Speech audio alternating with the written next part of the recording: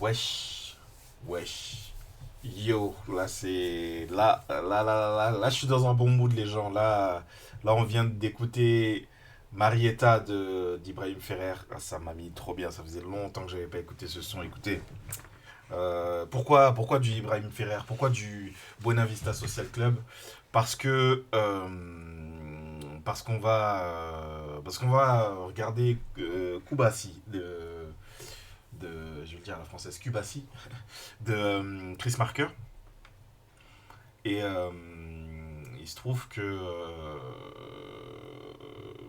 J'ai déjà le cerveau ramolli. Non, juste, on va regarder ça. Et voilà, j'avais envie de nous remettre un peu dans une ambiance cubaine, quoi, pour se remettre un peu dans le truc. Salut Antipatriarcam, ça va ou quoi? Et ça m'a fait plaisir parce que en vrai, le compteur, vu que j'ai foiré complètement enfin, j'ai eu un problème là, de lecture de musique, voilà, le décompte s'est terminé à peu près au moment où s'est terminée cette chanson-là. Normalement, j'avais prévu de mettre la chanson de Natalia Cardone, là, après, là, sur Hasta Siempre Comandante Che Guevara, là. Je me suis dit, ah, vas-y, je me sens obligé de la mettre. Et au final, je me suis dit, non, vas-y, on va se terminer, on termine là-dessus l'intro. Voilà, on écoute juste vraiment de la musique cubaine et pas les trucs clichés qu'on a en tête, quoi.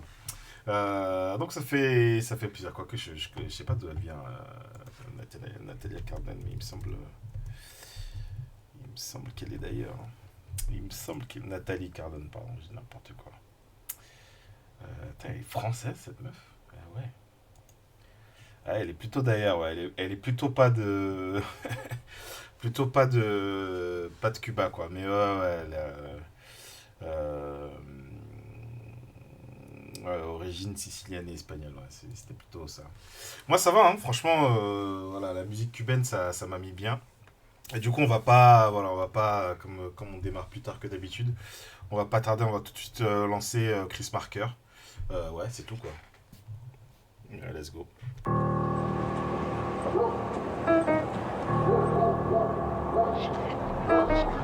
Faut être un cinéaste, ma gueule, pour kiffer cette merde.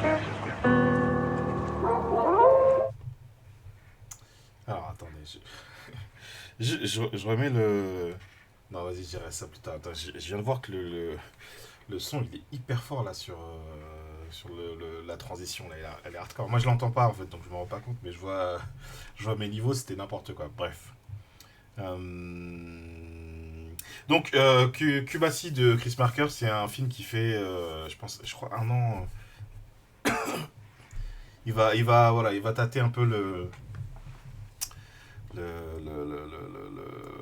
le terrain à Cuba, quoi. Ah, attendez. Je pense qu'on est juste quelques années. Je me demande si c'est pas même juste un an, quoi. Voilà, premier anniversaire de la révolution cubaine, c'est bien ça, c'est bien ça. Voilà, voilà, ça fait un an. Et bah, c'est Chris Marker qui va faire du Chris Marker. Je sais pas quoi dire parce que j'ai jamais vu le film. Donc on va découvrir ça ensemble. Il est plus long que ce que j'avais retenu, hein. Je croyais que c'était une demi-heure, mais voilà, c'est un petit 52. Voilà, un docu bien à l'ancienne, quoi.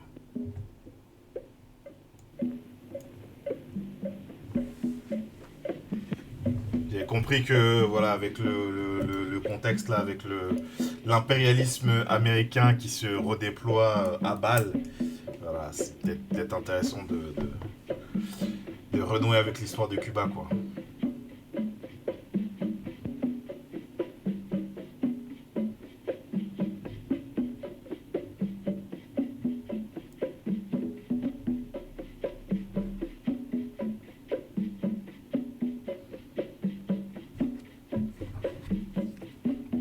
Il y a toute l'équipe, hein. Il y a Roger Flétou, il y a Dervis Espinoza, vraiment il y avait tout le monde, hein. Il y a Juan Villar qui a voulu se repasser pour un Cuba, mais on sait que son vrai nom c'est Jean Villar, hein. On sait, on sait.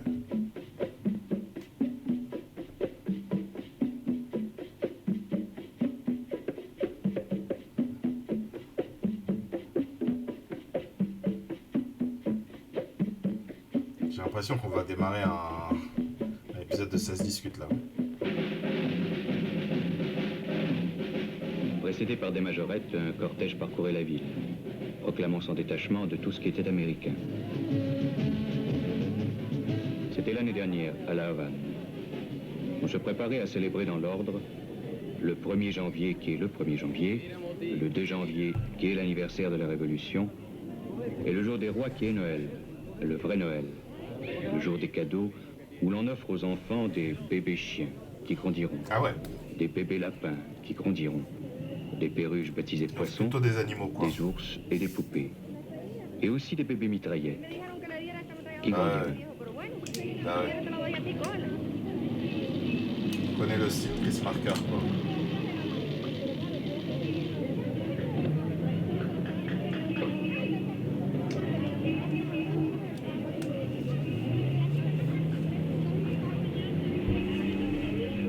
Dans la vitrine d'un grand magasin, les rois mages prenaient les commandes par téléphone.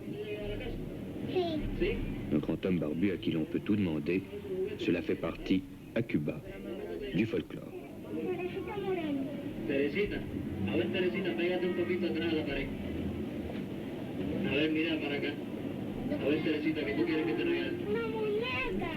Qu'est-ce que tu veux pour la fête des rois? Il a dit une poupée et un jeu de loterie. C'est tout? C'est tout. Tu as beaucoup étudié Télécista? Oui. Alors, en quelle classe es-tu? Au jardin d'enfants. Et tu as quel âge? 5 ans. Tu as de la famille à la maison?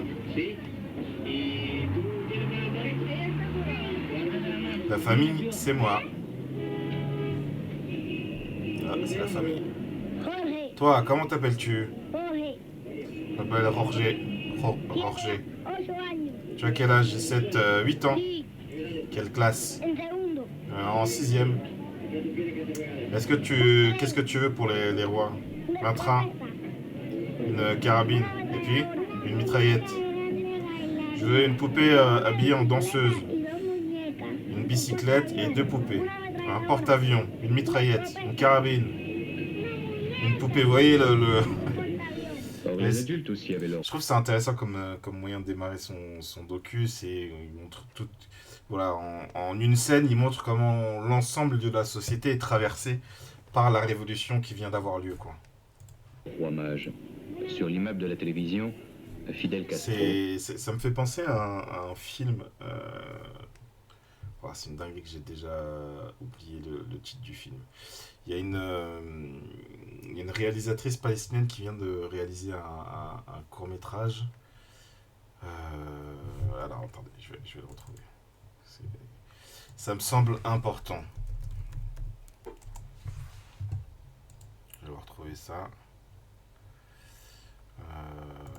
Palmarès, parce que il me semble qu'il a eu un prix.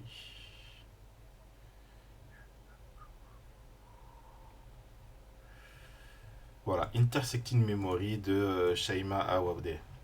Intersecting Memory, bah, voilà, je trouve l'image parle d'elle-même.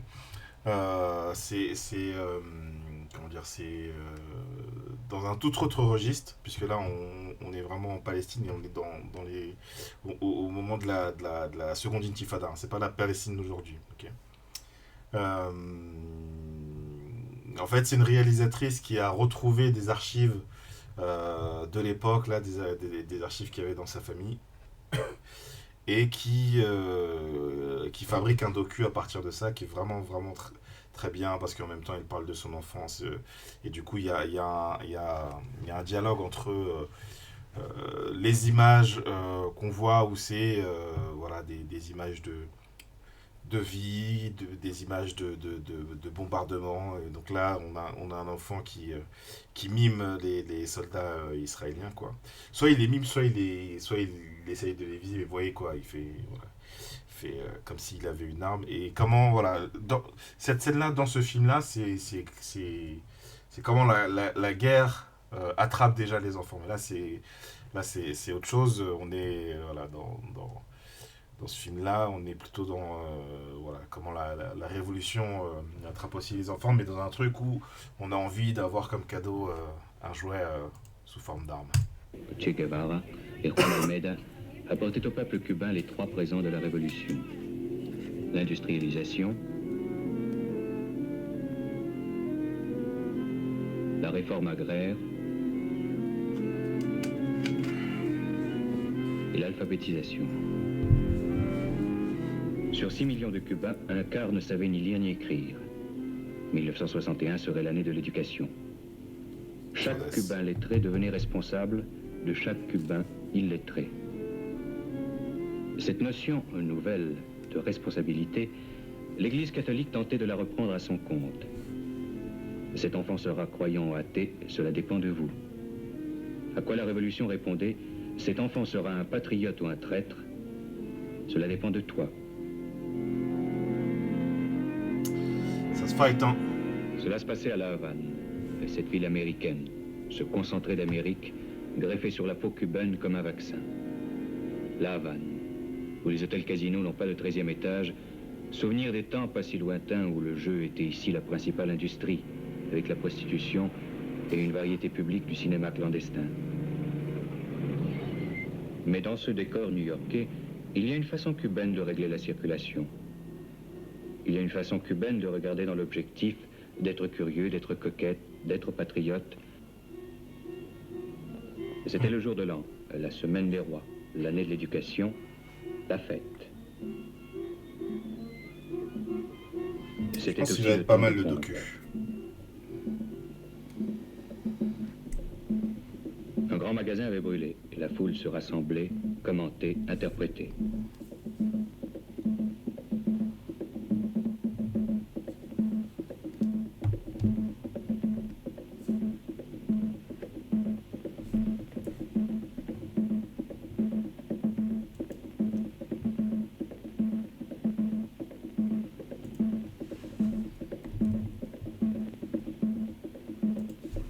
Les panneaux apparaissaient, demandant pour les traîtres le paredon. Et pas le pardon, mais le poteau. Cependant, le grand creuset des passions, c'était encore le baseball. Fidel Castro lui-même y avait mené à la victoire l'équipe des Barbudos. À côté des slogans révolutionnaires, des affiches touristiques rappelaient que l'Amérique était à moins d'une heure de vol. Juste, ouais, là on regarde sur YouTube. Comme j'ai accès à un fichier, là, je vais essayer de le choper, voir si c'est de meilleure qualité. Parce que quand même, la qualité, là, elle est trop... Voilà, on sent trop que c'est daté, là, quand même.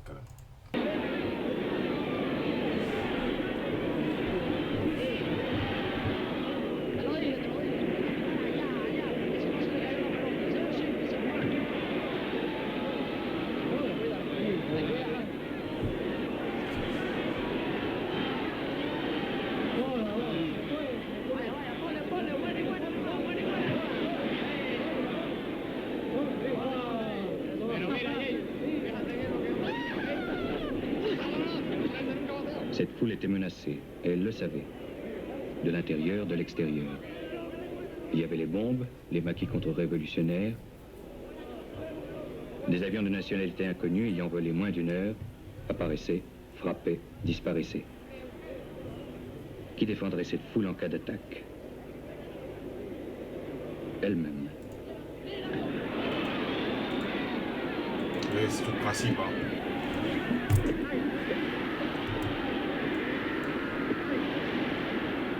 Quoi, à 7 minutes? Alors attendez, je vérifie juste si... Ah, je suis pas sûr que ce soit de meilleure qualité. Cette foule était menacée, et elle le savait. De l'intérieur, de l'extérieur. Il y avait les bombes, les maquis La contre-révolutionnaires, même merde ou...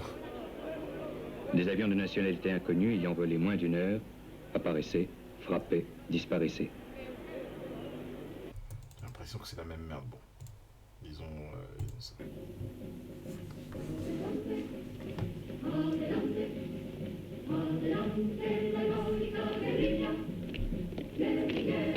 Les miliciens en route pour le défilé du second anniversaire, à l'aube du 2 janvier, n'étaient pas des soldats.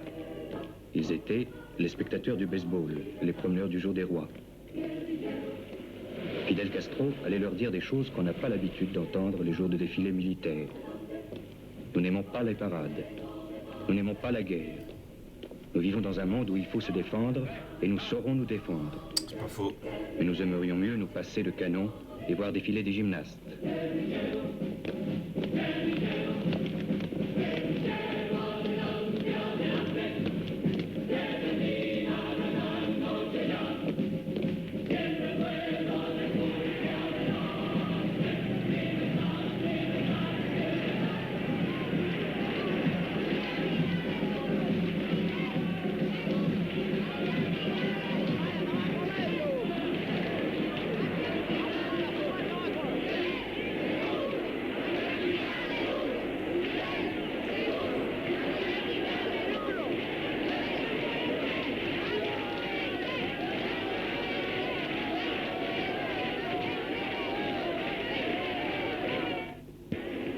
Mais ça, c'est déjà joué. Donc, défilé sur la place civique.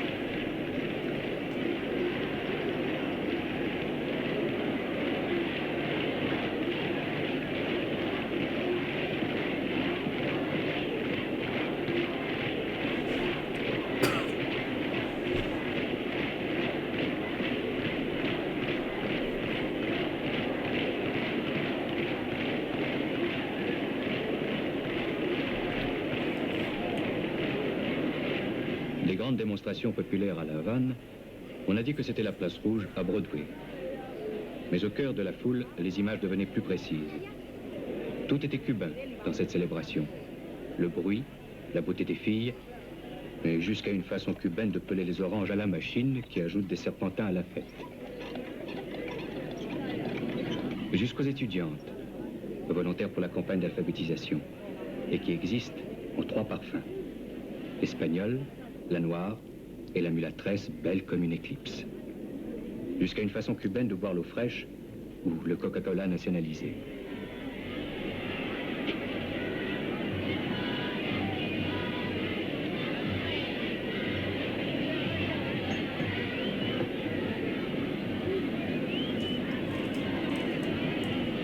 Je suis en train de me dire, je voulais regarder Cubassi juste pour regarder un truc qui parle de Cuba, mais en vrai, j'étais en train de repenser à un documentaire que j'ai pas vu, mais qui je pense est intéressant, qui s'appelle Cuba, une odyssée africaine. J'étais en train de regarder là sur mon tel. C'est un truc en deux parties qui explique quel internationalisme a pratiqué Cuba vis-à-vis de l'Afrique dans les années 60.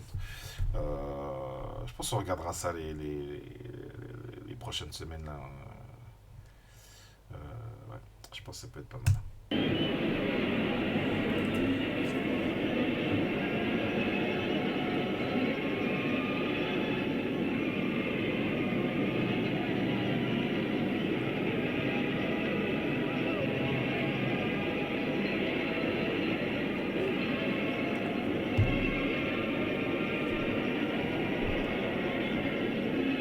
Ce que chantaient les haut-parleurs le 2 janvier, c'était une histoire assez proche. Oula, c'est proche, oui. Je le connais. 2 ans. 2 ans d'histoire et au-delà, une préhistoire un peu légendaire. Jean-Pierre Daroussin, un truc comme ça. Généralement barbus. El Che, Raoul, Camilo, Il y a toute l'équipe, quoi. ou encore un jeune avocat devenu chef de maquisard, un peu mal à l'aise devant la caméra. Ah, je le connais, c'est Jean-Paul et qui Belmondo. s'appelait Fidel Castro. Ah oui, non, je le confonds. 12 hommes au début, survivants d'un débarquement plutôt risqué. Puis d'autres hommes, d'autres femmes les rejoignent. Un maquis s'organise dans la Sierra Maestra, la plus grande région montagneuse de l'île. Il faut communiquer, subsister, s'armer.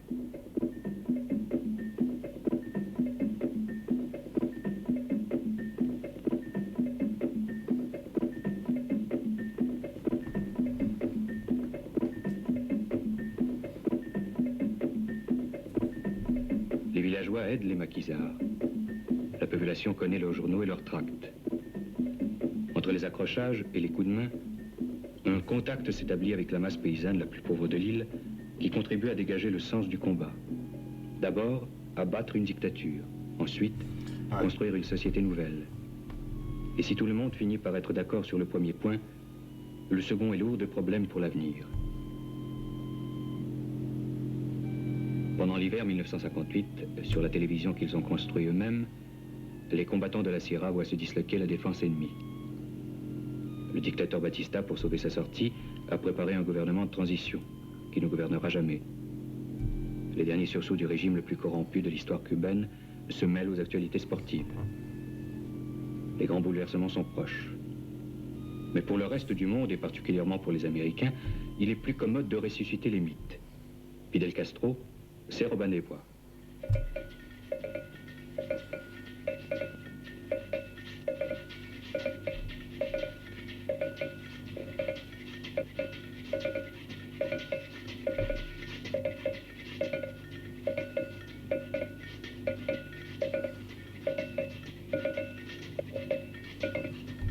C'est peut-être Robin des Bois. Seulement prendre aux riches et donner aux pauvres au siècle où nous sommes ne consiste pas forcément à attaquer les diligences. Non. Et lorsque Robin des Bois a lu Marx, lorsque dans ces montagnes il prépare les lois et les réformes de la future République, une partie du monde commence à s'apercevoir avec douleur qu'elle est en retard aussi d'un Robin des Bois. Y el pueblo después de un año repite, gracias Fidel. Y el pueblo después de un año repite, gracias Fidel.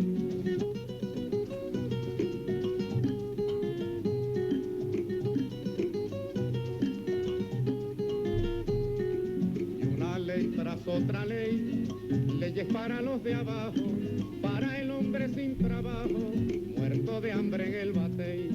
Y el pueblo después de un año repite, gracias Fidel. Y el pueblo después de un año repite, gracias Fidel.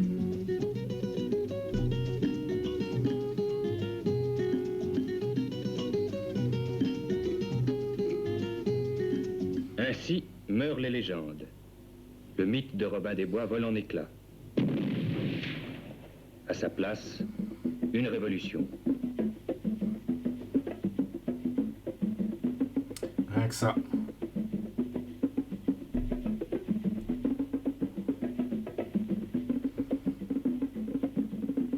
Du travail pour tous, la terre à ceux qui la cultivent, les logements à ceux qui les habitent et des maisons pour ceux qui n'en ont pas. Quoi de plus évident? Bah oui. La révolution, c'est faire justement que ce qui est évident devienne vrai. Un pas que les meilleurs esprits ont quelquefois du mal à franchir. C'est juste une question de bon sens, la révolution. Il a fallu la révolution pour que sur une île qui possède 3500 km de côte apparaissent les premières plages populaires. C'est ouf, hein. La révolution, c'est aussi trouver de nouvelles ressources, de nouvelles industries. Par exemple, celle du crapaud buffle, que Gatti n'a pas inventé. C'est même la seule chose qu'il n'a pas inventée et qui sera le crocodile du pauvre. Mais la révolution, c'est avant tout éduquer. De l'alphabet à la poésie, c'est un immense effort pour que la culture aussi appartienne à ceux qui l'enracinent.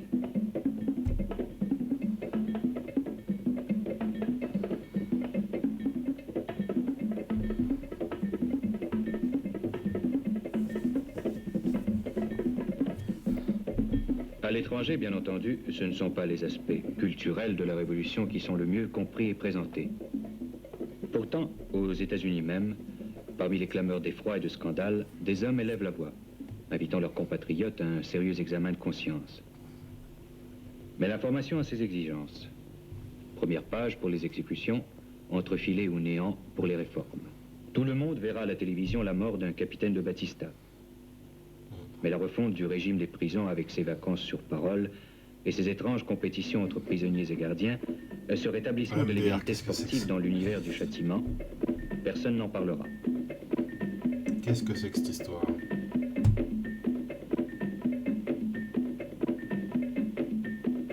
Castro a trahi la révolution, dit le département d'État. Et l'on sait de reste avec quel soin jaloux le département d'État veille à la pureté des révolutions. En fait, on hésite à croire que c'est le seul souci des avatars de la démocratie à Cuba qui bouleverse à ce point les États-Unis. Il doit y avoir autre chose. Para la leche queda la vaca que se la tome el ternero. Para la leche queda la vaca que se la tome el ternero. Que se acaben de marchar es lo que más nos conviene. El que menos bultos tiene goza de más claridad. Para la leche queda la vaca que se la tome el ternero. Para la leche queda la vaca que se la tome. L'Église également prend position. Pour elle, Castro est un dictateur, c'est tout dire. Mais même sur ce point, la situation ne doit pas être si simple.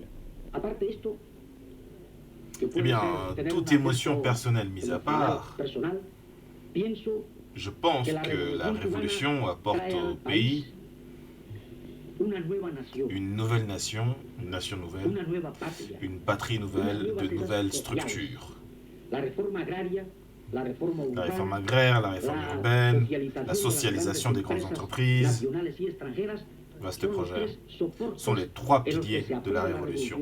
Merci pour ton follow, personne.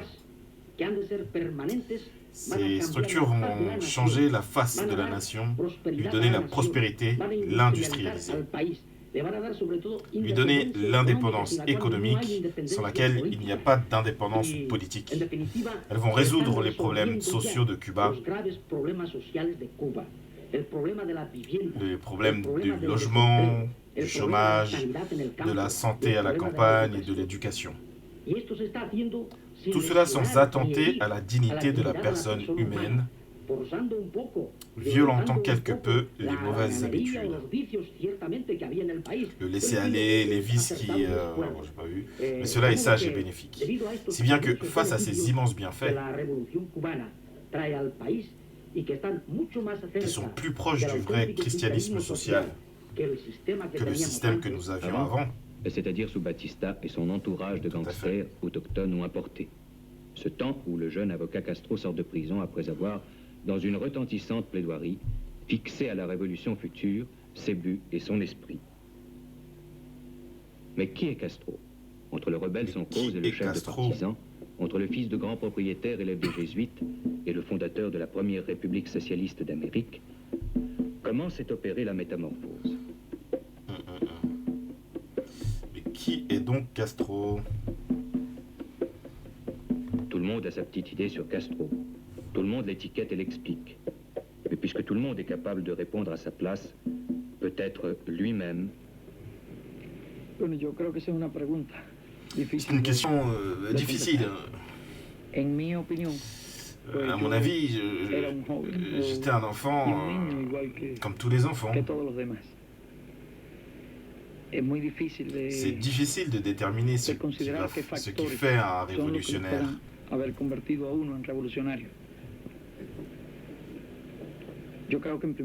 Un peu de vocation politique d'abord.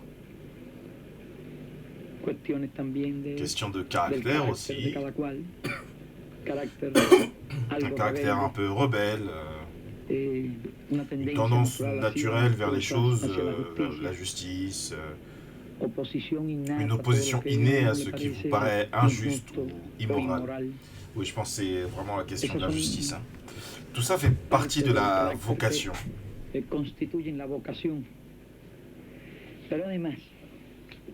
en fait, ni la révolution, ni les révolutionnaires ne dépendent d'eux-mêmes, des individus. Tanto los revolucionarios como las revoluciones dependen Ils dépendent del ambiente. d'un climat. No puede haber revolucionario sin ambiente Un de climat injusticia, d'injustice. sin condiciones reales que permitan Des conditions que réelles alguien qui con permettent vocación d'exprimer, política, vocación revolucionaria se haga revolucionario. qui permettent à la vocation de s'exprimer. Il n'y a pas de révolution à contre-temps. ¿Cuántos Oh, combien de Marat, combien de Robespierre, y cuántos Robespierre habrán nacido en Francia? combien de Danton sont nés en Depuis France que Francia depuis que la existe. France existe. Y sin embargo, solo un Et un Marat, seul Marat, solo un Danton, un seul Danton, solo un un seul Robespierre Robespierre devienen deviennent revolucionarios. révolutionnaires. ¿Cuándo? Quand? Cuando la monarquía Quand la monarchie féodale est au bord de sa disparition. en decadencia, al borde de su desaparición, cuando Quand la société française porte en elle las condiciones les de una conditions sociedad d'un monde nueva, de un nouveau. mundo nuevo. Y así también en Cuba Ainsi, les facteurs qui m'ont fait révolutionnaire, qui ont fait révolutionnaire tant de mes compagnons, qui ont fait le peuple révolutionnaire, ils étaient dans la société où nous vivions. La société dans laquelle ils vivaient. Les révolutionnaires l'avaient affronté dès le maquis, lorsqu'ils ouvraient les premières écoles paysannes. Il suffisait de quitter ces fausses villes américaines pour découvrir la réalité de Cuba, celle des pays sous-développés, avec ces chiffres qui disent tout. 1,5 million d'analphabètes, 500 000 chômeurs, 30% des terres aux mains de 1% des propriétaires. Des conditions de vie, de logement, d'hygiène, au-dessous du descriptible.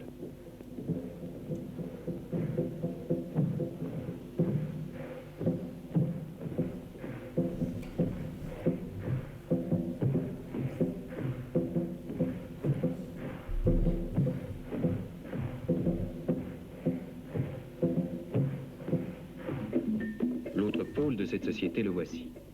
Des palais, des jardins interminables, où les milliardaires de l'époque développaient leur faste de Borgias inculte. Si la connaissance de la nature humaine pouvait nous expliquer qu'ils fussent dingues, qu'ils fussent égoïstes, cyniques, indifférents ou aveugles, il y a une chose que nous avons toujours eu du mal à comprendre. C'était qu'ils fussent chrétiens.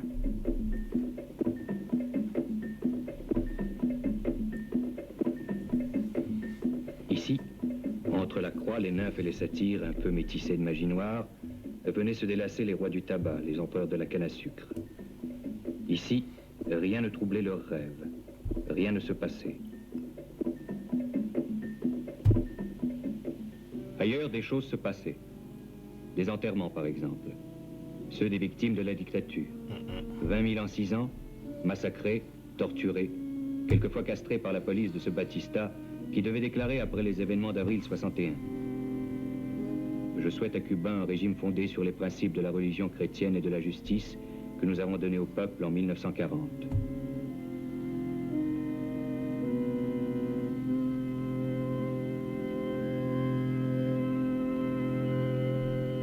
La résistance qui s'organisait allait renouer avec la tradition de colère populaire que Cuba avait déjà connue en 1933 après une autre dictature. Alors trahi par des gouvernements faibles ou corrompus, la volonté de résistance avait d'échec en échec conquis les raisons de sa victoire.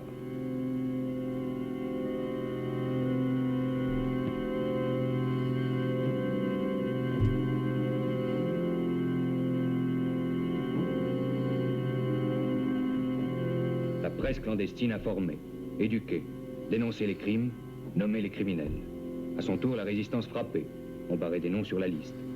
Et là-haut, dans la Sierra Maestra, se forgeait la révolution.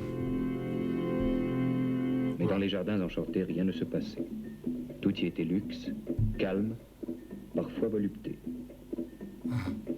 Puis, ce fut l'été 58.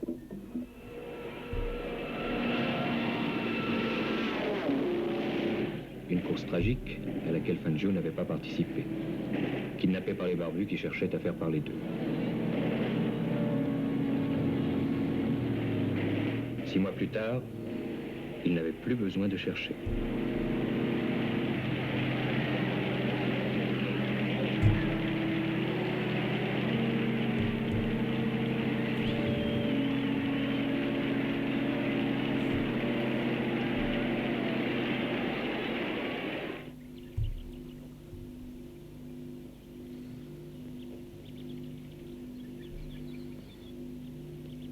Le 1er janvier 1959, Batista s'enfuit.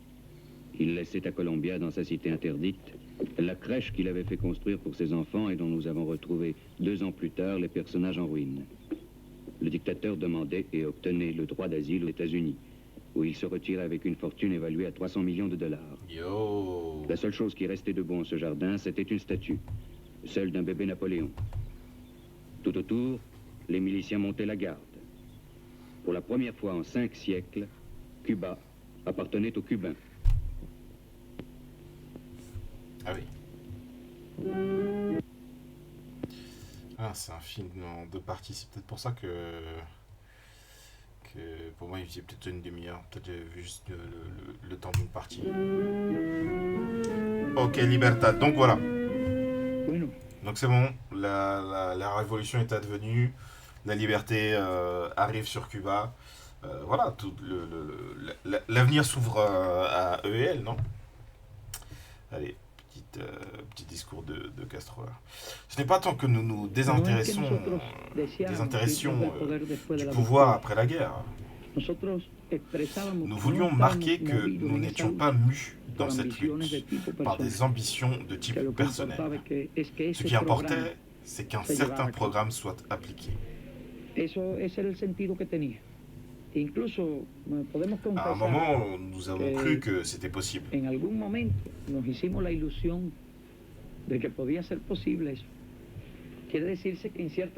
C'est dire que nous étions encore un peu utopistes. Je vous avoue que tout de suite après le triomphe de la guerre, après la guerre, nous étions pratiquement à l'écart du gouvernement. No teníamos absolutamente Nous nada que n'avons ver rien à voir con avec las les décisions decisiones que du se tomaban Conseil en el Consejo de Ministros. Y creíamos, como si et fuese nous la cosa más attendions lógica comme del mundo, la chose que la plus quienes logique du tenían en monde ese que les plus momento hauts la principal responsables responsabilidad realizaran una serie de medidas prennent une que série eran de mesures elementales, élémentaires que le peuple que el attendait. pueblo esperaba y que a nosotros nos parecía que era como Et el qui nous ABC paraissait de comme toda l'ABC revolución. de toute révolution. Transcurrieron varias semanas Passèrent les y sin semaines embargo no había et pas sido une aprobada seule una de ces sola de mesures esas n'était medidas. prise. Aunque nosotros hubiésemos deseado Même si marginar, nous avions voulu rester à l'écart, aunque no hubiésemos tenido si nous vocación, n'avions pas eu vocation de gouverner, hubiésemos querido marginarnos, si nous no avions habríamos podido souhaité hacer. rester à l'écart, ce n'était Le plus pays possible. qu'il leur appartenait de gouverner du jour au lendemain était cette île des Antilles où Christophe Colomb débarqua le 27 octobre 1492, persuadé d'être aux Indes. On voulut lui représenter qu'il avait découvert l'Amérique, mais il s'écria « India si, no » et nul ne put jamais l'en faire des morts. À l'arrivée des Espagnols, Cuba était peuplé par les Indiens Cibones. À leur départ, il n'en restait plus.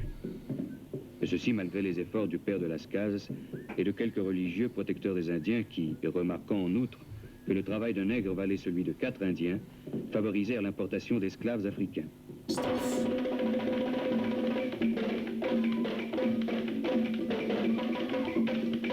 Drôle de parcours, hein.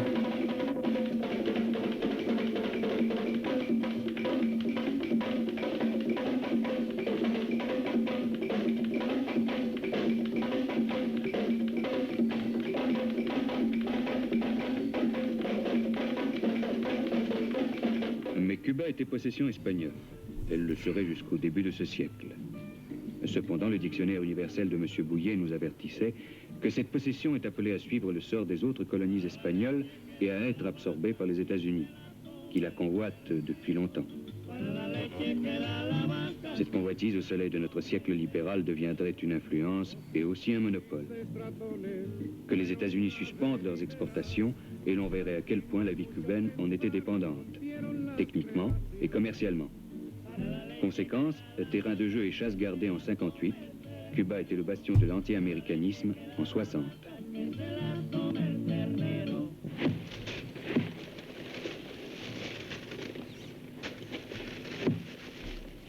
La canne à sucre est la meilleure et la pire des choses. D'un côté, c'est une hydre bienfaisante. On la coupe et elle repousse jusqu'à 20 fois. Pour assurer la récolte de ce dévie, le gouvernement au complet, y compris le président de la République d'Orticos et le ministre des Affaires étrangères Raoul Roa, donnait l'exemple d'une mobilisation civile où les citadins firent preuve d'une saine émulation à défaut de technique. Ok. Mais la canne à sucre, c'était aussi un piège pour Cuba. Dans cette terre fabuleusement riche où l'on peut tout faire pousser, l'influence étrangère avait fait proliférer monstrueusement la culture de la canne. Au lieu de répondre à la diversité de ses besoins par la diversité de ses produits, Cuba était en proie à un cancer du sucre. De plus, le système du quota faisait absorber toute cette production par un seul marché, celui des États-Unis. Ce qui, sous une apparence favorable, revenait à mettre l'économie cubaine dans la dépendance absolue d'une économie étrangère. Lorsqu'il devint bien évident que Cuba voulait se soustraire à cette Pépio, dépendance, je sais pas si tu comprends le français, quoi. C'est le début, là, c'est 1961. Voilà, on est au tout début. Mais bon, voilà, c'est pas le... C'est justement... En fait, j'étais en train de me demander, mais comment dire, ça aurait été intéressant de voir le regard de Chris Marker au fil des années, quoi, mais c'est pas possible. Les États-Unis ripostèrent par le blocus économique et la suppression du quota. Donc, Castro entreprit de vendre son sucre aux pays de l'Est. Donc, on l'accusa de s'être vendu aux Russes. C'était l'une des deux accusations de base. L'autre était l'absence d'élection. Et l'on pouvait en effet s'étonner que Castro ne fît pas sanctionner dans les formes une popularité éclatante. Nous lui avons posé la question. Eso parecería difícil de comprender.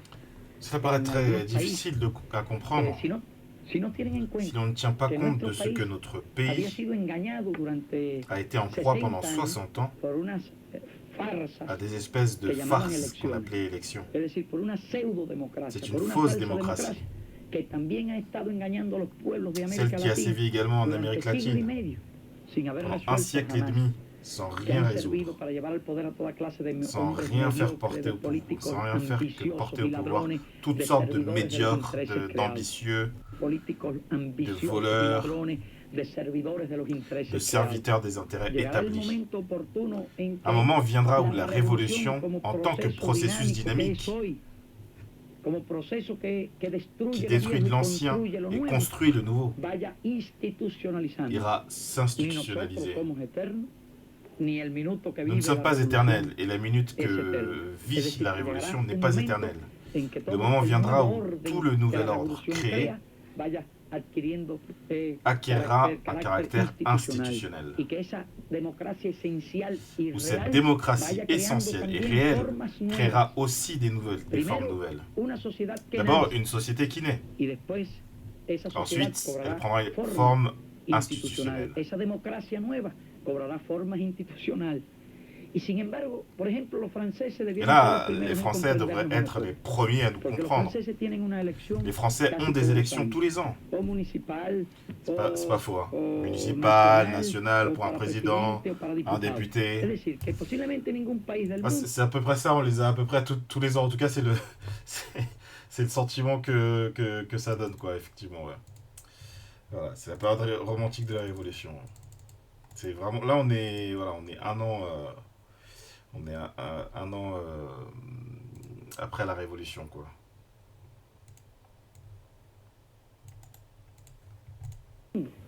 haya tenido C'est-à-dire que en- peut-être, es decir, que posiblemente c'est-à-dire que ningún peut-être país del aucun mundo pays au monde haya tenido en n'a connu esta- en ce en demi-siècle en estas 6 décadas de este siglo más elecciones que plus Francia. d'élections que la Y France. sin embargo, los franceses están descontentos. Et les Français ne sont pas Se puede contents. comprender Ils peuvent perfectamente parfaitement que las comprendre que les facciones factions, políticas, el electoralismo, l'électoralisme n'a résolu aucun problème fondamental. a veces ocurre que las clases dominantes se aburren de las elecciones. Quelquefois, les classes y entonces dominantes se van lassent des hacia élections. el fascismo. Alors, elles vont alors jusqu'au fascisme. Ahora, Jusqu'au lo que ocurrió fascisme. en Cuba fue una revolución C'est que une va révolution hacia qui el va, socialismo. ici c'est une révolution qui Y va de la jusqu'au cual socialisme. revolución Il en naîtra un surgirá régime et une una vie vida sociale social nouvelle nueva, que a su vez qui, à son tour, institucionalizará, s'institutionnalisera. que a su vez S'institutionnalisera. a su vez institucionalizará, para no darme por vencido. Je ne voulais pas m'avouer vaincu. Ese nuevo orden legal, donde los pueblos serán en realidad los que cuenten. Mientras tanto, nosotros tenemos una elección En attendant, aquí todos los nous meses. avons ici une Tenemos una élection elección tous les en la mois plaza pública. sur la place publique. Tenemos una especie de democracia C'est une espèce de ateniense. démocratie athénienne.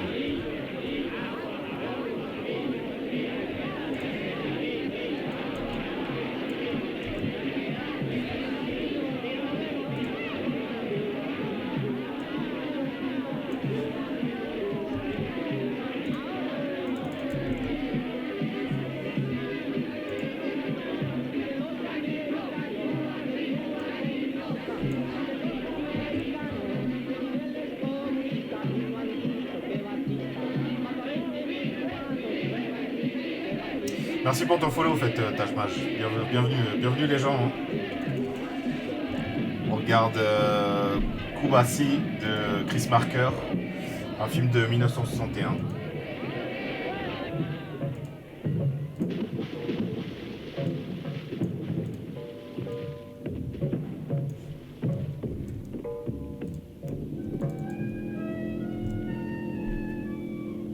Mais la révolution, ce n'était pas seulement des foules.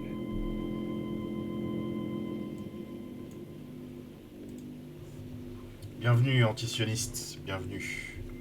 Ça va se faire de plus en plus rare, des gens comme toi. Dans la vallée des Deux Sœurs, près de Vignales, sur une muraille striée comme une illustration de Jules Verne, que faisait cet alpiniste harnaché, casqué et bondissant?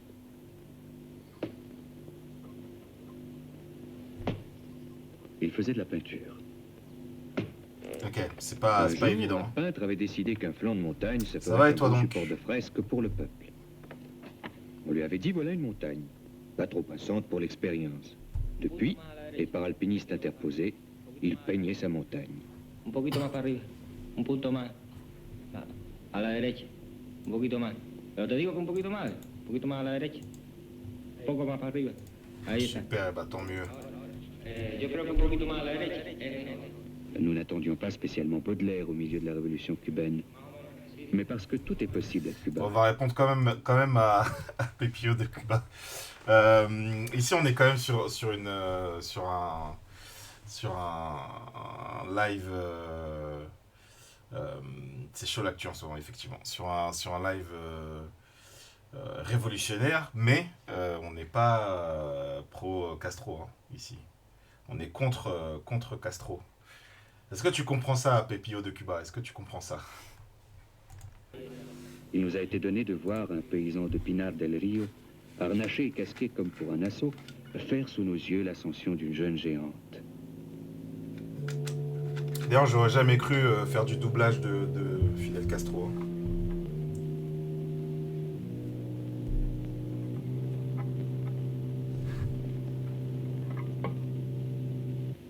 Ce fut un jour de vacances.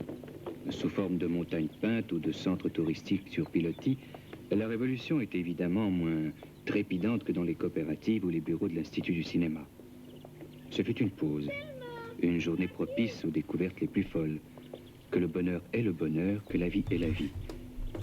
L'odeur des pins de la Guira, les voix des filles, parmi les escaliers de bois et les cabanes qui dorment debout sur leurs quatre pattes comme des échassiers. Voilà, merci en ligne C'est dont se composent les moments qu'on a peur de d'oublier. faire la discussion. L'éveil de guerre, le dernier jour de vacances.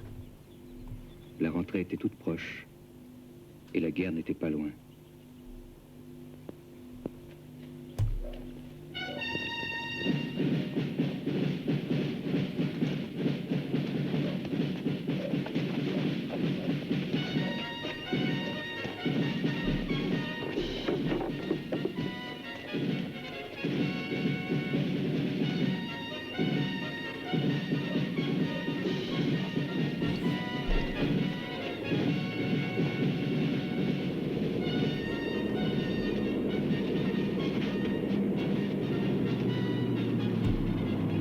Alerte, attentat, incendie des champs de canne. Tout cela n'était possible qu'en fonction d'une autre menace, plus grave. Pour le 2e anniversaire de la Révolution, Fidel Castro proclama la mobilisation des milices. Sur les côtes, parmi les vieux canons espagnols, commença une longue veille.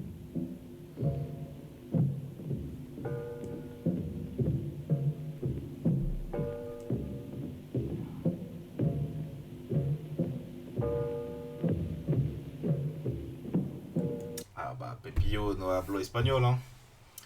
No hablo espagnol.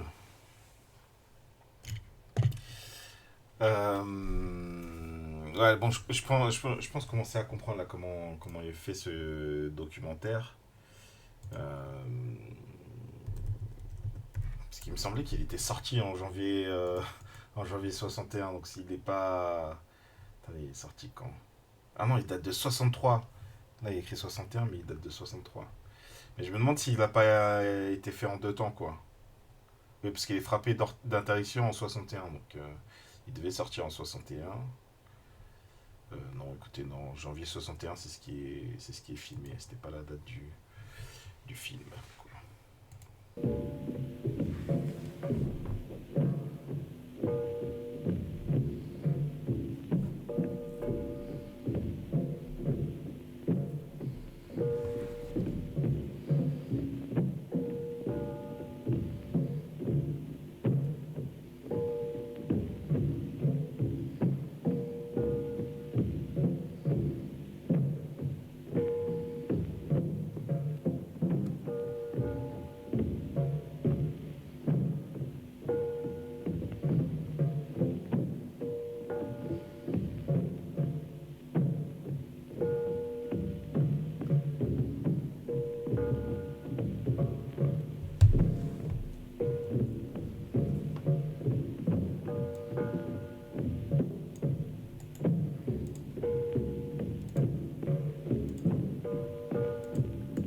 C'est en pleine mobilisation, dans l'atmosphère tendue des grandes vigilances, que le hasard allait nous donner une clé pour comprendre Cuba.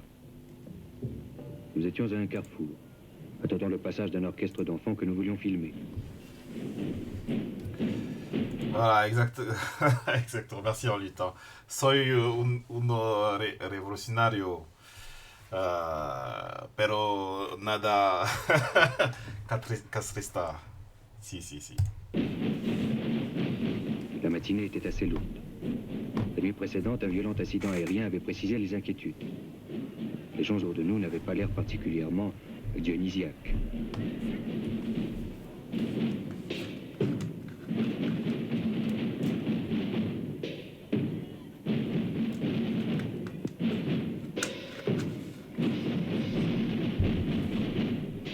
Au premier changement de rythme, nous n'avons rien remarqué.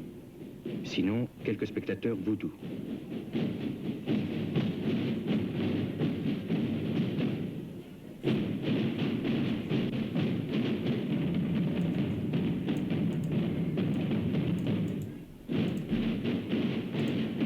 Au second changement de rythme, quelque chose déjà s'allégeait autour de nous. Et soudain,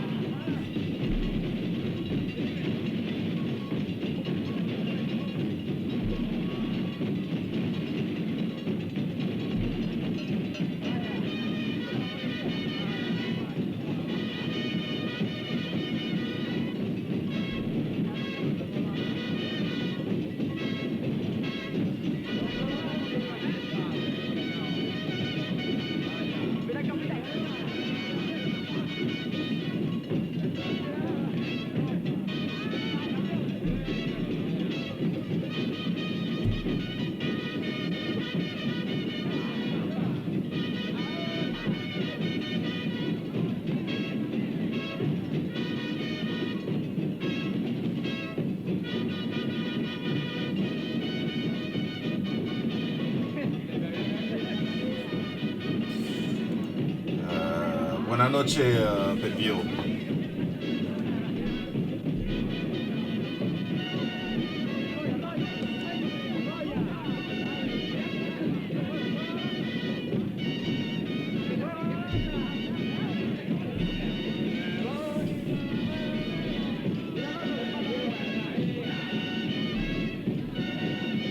Comment on dit Pepio, Pepilo?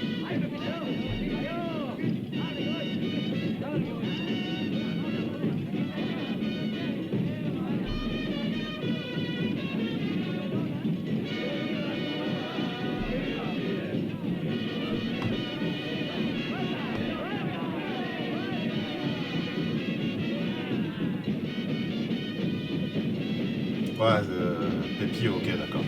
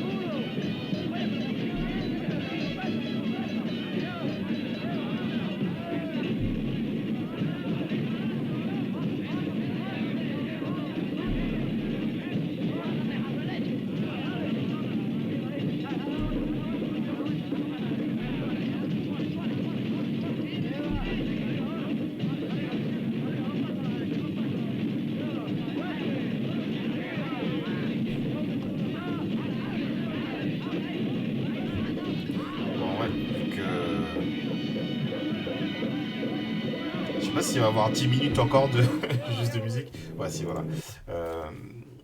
Je trouve ça particulier, j'étais en train de m'interroger.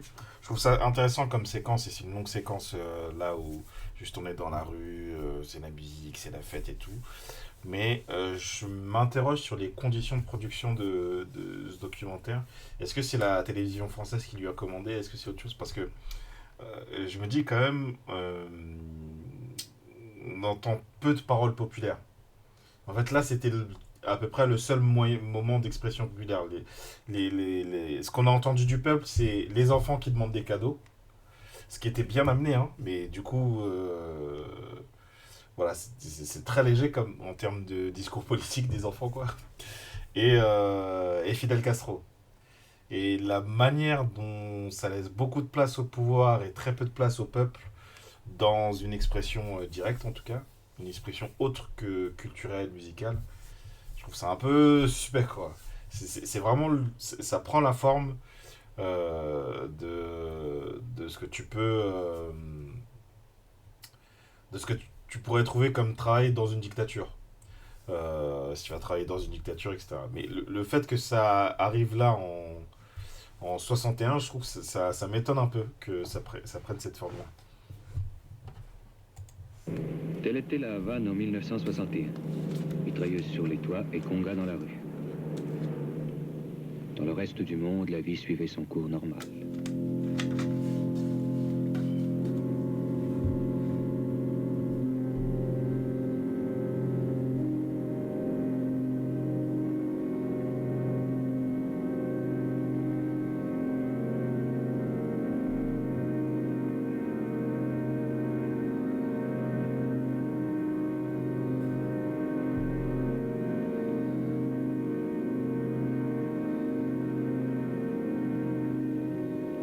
De quoi parlait-on dans le monde à cette époque? De gens, de En pays, 61, ouais, d'animaux, d'Elisabeth à l'époque a été vivante. de l'Algérie, De l'Algérie, ouais, tout à fait. de l'Amérique, Ouais, de l'espace, ouais, du temps, du Congo, ouais. du Laos, Ouais.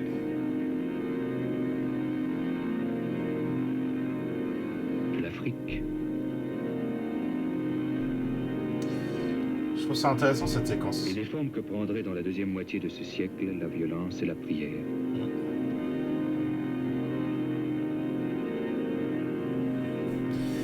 Ouais, je dirais que c'est plus. Je dirais que c'est plus à notre siècle là, qu'il faut poser la question de la forme que prend la violence et la prière.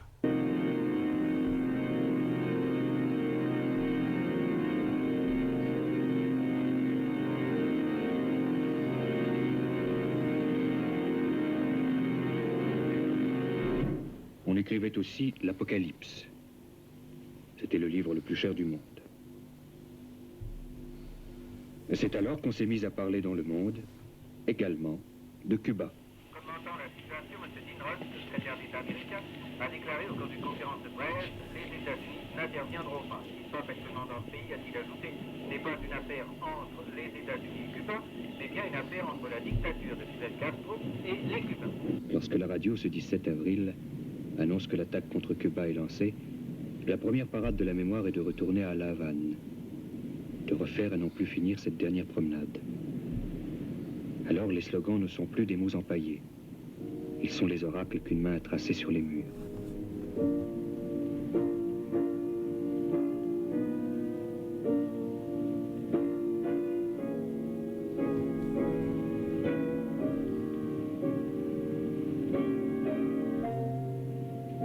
Dans la Havane de l'Est, les chantiers de la Pastorite, qui donneront un logement à 4000 familles. Le fonds de logement est alimenté par les billets de loterie. Avant, le produit de la loterie allait dans les poches de Batista. D'une loterie à l'autre, il n'y a pas seulement le passage de l'escroquerie à l'honnêteté. Il y a le passage d'un monde à un autre monde. De monde où l'argent ne joue pas le même rôle, c'est tout. Et ce que ne savent pas les Américains candides qui, le jour même du débarquement, entreprennent d'acheter des La terrains à fameuse baie Cuba, des cochons, ouais. c'est que ce passage est irréversible. Mais nous, à 8000 km de là, nous n'avons derrière nous que le souvenir et la confiance. Et devant nous, que les fausses nouvelles.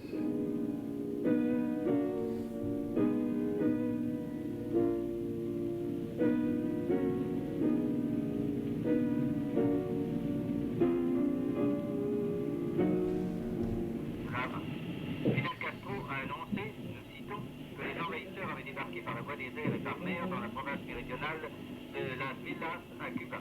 Et que les Province de Las Villas, marais de Zapata, Playa Girón, lagune du Trésor. C'est ici que s'est produit le débarquement. Exactement.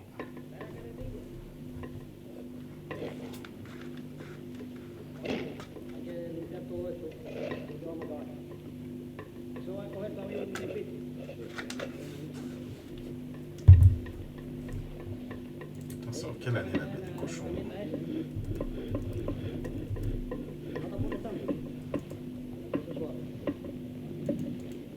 Ouais, c'est en 61 aussi, ok. Ouais, il est allé vraiment à une période charnière de l'histoire de Cuba.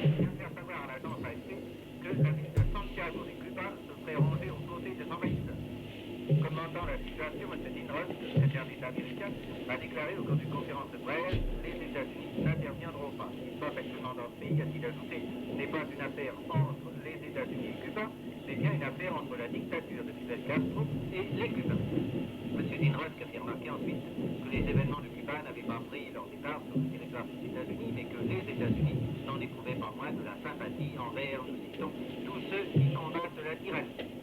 Il vient de proclamer l'état d'urgence à l'échelle nationale. Le communiqué officiel vient d'être diffusé par radio de La Havane.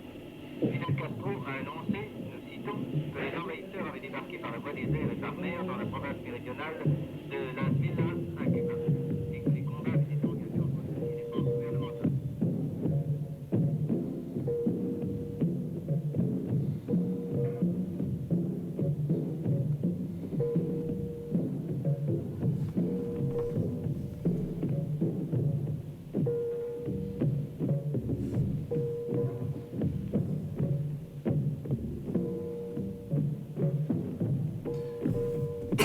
Comme j'avais pas en tête que c'était pile cette période le débarquement, je m'attendais pas à ce que le docu termine là-dessus, quoi.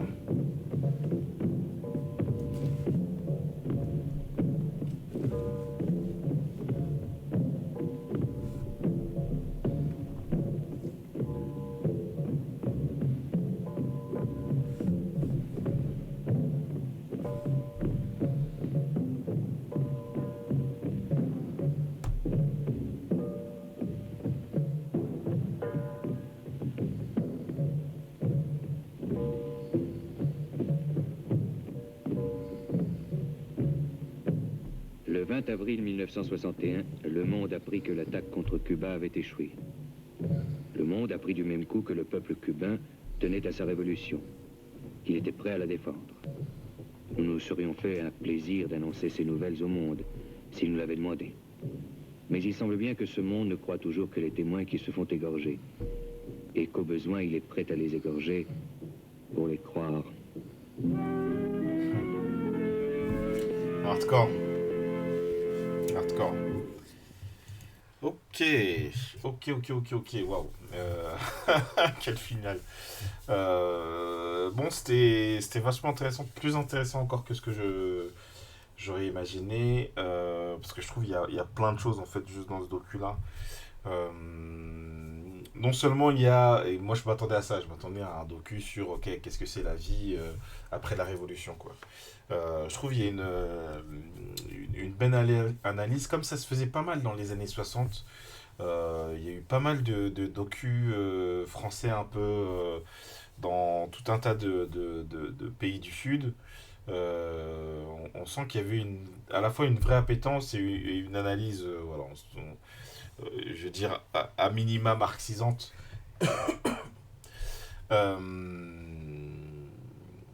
Et j'étais en train de me dire, ça manque en fait. On sent qu'il n'y a plus tellement d'économie pour ça aujourd'hui, alors que voilà, il y avait quand même, il y avait quand même des financements, j'ai l'impression en tout cas. Donc cet aspect-là du docu est intéressant. Voilà, il y a ce que je disais quand même sur euh, quelle place d'une parole populaire.